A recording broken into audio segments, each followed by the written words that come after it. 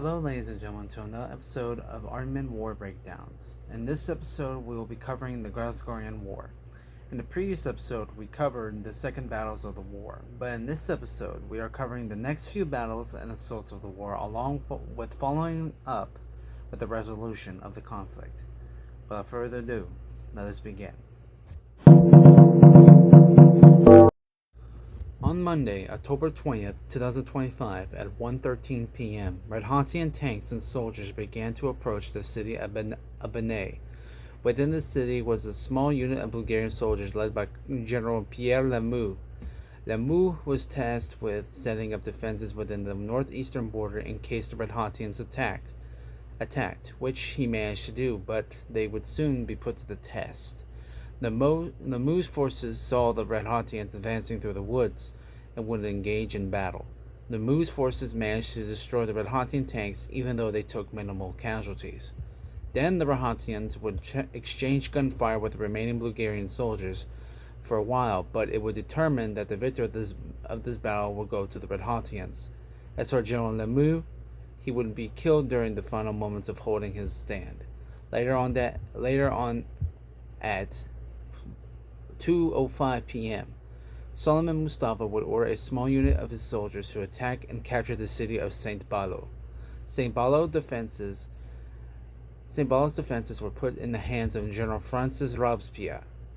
Robespierre knows from the history of Tanarian's attack upon Bulgaria from years ago that they would first send in armor units as a shield, and then would have their infantry scattered to surround their enemies and pick them off one by one until the remaining few surrender or eventually die. So for his reinforcements, he would have armor and air support at the ready as soon as his men engaged into the battle with the Tanarians, which would happen sooner than he expected. Tanarian tanks and infantry began to march towards the city, and as they grew closer, they were met with Bulgarian soldiers and tanks opening fire, resulting with two Tanarian tanks to be damaged, and soon the infantry on both sides would engage in combat. In the middle of the fight, Tanarian soldiers armed with bazookas and stingers began to wipe out the Bulgarian tanks. As the remaining Bulgarian soldiers continued their fight, another Tanarian tank was on its way to reinforce the soldiers' advance. The tank arrived and managed to kill a few Bulgarian soldiers, but its path was still blocked by the previous destroyed tank, so Robespierre ordered his Air Force units to destroy the tank and bomb the forest, hoping to weaken the Tanarians' invasion force. The first two Bulgarian planes were shot down by the tank, but the third plane managed to destroy the tank before it could have a chance to shoot that plane down. Even though the tank was destroyed, Robespierre's plan of bombing the forest would not meet his expectations, so he ordered his men to fight as many Tanarians as they could to preserve the city. The Tanarians suffered casualties, but they were confident in their tactics and maneuvers, which proved to be efficient in the end of the battle. Tanaria would capture a few Bulgarian soldiers along with Colonel Robespierre as prisoners of war. Now with the northwest and northeastern territory of Bulgaria captured, it was now Grazil's turn to engage their assault from the southeast, but they decided to launch their attack at dawn. That way, if any word has gone on about the recent attacks, Bulgaria may call their forces to launch a counterattack. To Grazil, this plan was smart, but to the nations of Red Hontaria, they found this idea a bit confusing, considering that they took on Bulgaria's defenses and managed to win successfully, even though they took minimal casualties, but respected it regardless. On Tuesday, October 21st, 2025, at 9:47 a.m., Grazil would send troops and their aircraft carriers to the southern beaches of Bentebe, Bulgaria, where they would launch their invasion. Accompanying these Brazilian soldiers would also be units of Waban and Gratian mercenaries. The Bulgarian defenses at Bentebe were led by Major Jacques Raoul Callier. Callier's defenses consisted of mines, tank traps, and one anti-aircraft tank along with a sniper tower and a couple of pieces of artillery. As soon as the combined Brazilian forces landed, a few Brazilian and one Gratian bomber planes began to attack the defenses, but some of them would be shot down by the anti-aircraft tank, but the two last remaining Brazilian planes would destroy the tank, along with the two artillery pieces and the sniper tower. With these defense obstacles taken out, Brazilian and Gratian armor began to push and shoot their missiles at the defenses, but they would be destroyed by Bulgarian bazookas. Now, with the tanks destroyed, the infantry would begin to scatter along the beach, but would be blown up by the mines or shot down by the Bulgarian machine guns. The remaining soldiers that survived managed to wipe out the defenders of the first defense by using grenades and flamethrowers, along with taking cover fire from their comrades using the damaged tanks as cover spots. Then the remaining soldiers holding the second line would engage, but even though they were outnumbered, they put up a fight, killing a few soldiers, but the last survivors of the unit, along with Major Calais, would surrender due to their guns running out of ammo. Now, with the Grazgarians joining on the attack, Bulgaria's military numbers began to deteriorate. Azul has a feeling that their neighboring enemies have already begun their invasion of his country, and since his forces are spread out too thin, he would order all of his remaining soldiers and functional vehicles to regroup within the city of Bari. As for the Greentopians, they ran out of fuel on their vessels, so they decided to stop by the Salampine Islands to get some gas and supplies before they could continue their journey.